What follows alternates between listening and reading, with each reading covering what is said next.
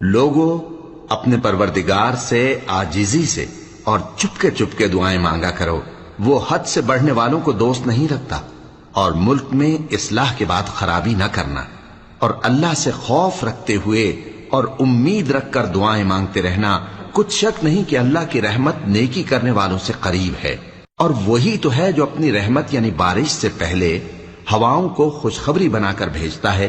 یہاں تک کہ جب وہ بھاری بھاری بادلوں کو اٹھا لاتی ہے تو ہم اس کو ایک مری ہوئی بستی کی طرف ہانک دیتے ہیں، پھر بادل سے بارش برساتے ہیں، پھر بارش سے ہر طرح کے پھل پیدا کرتے ہیں۔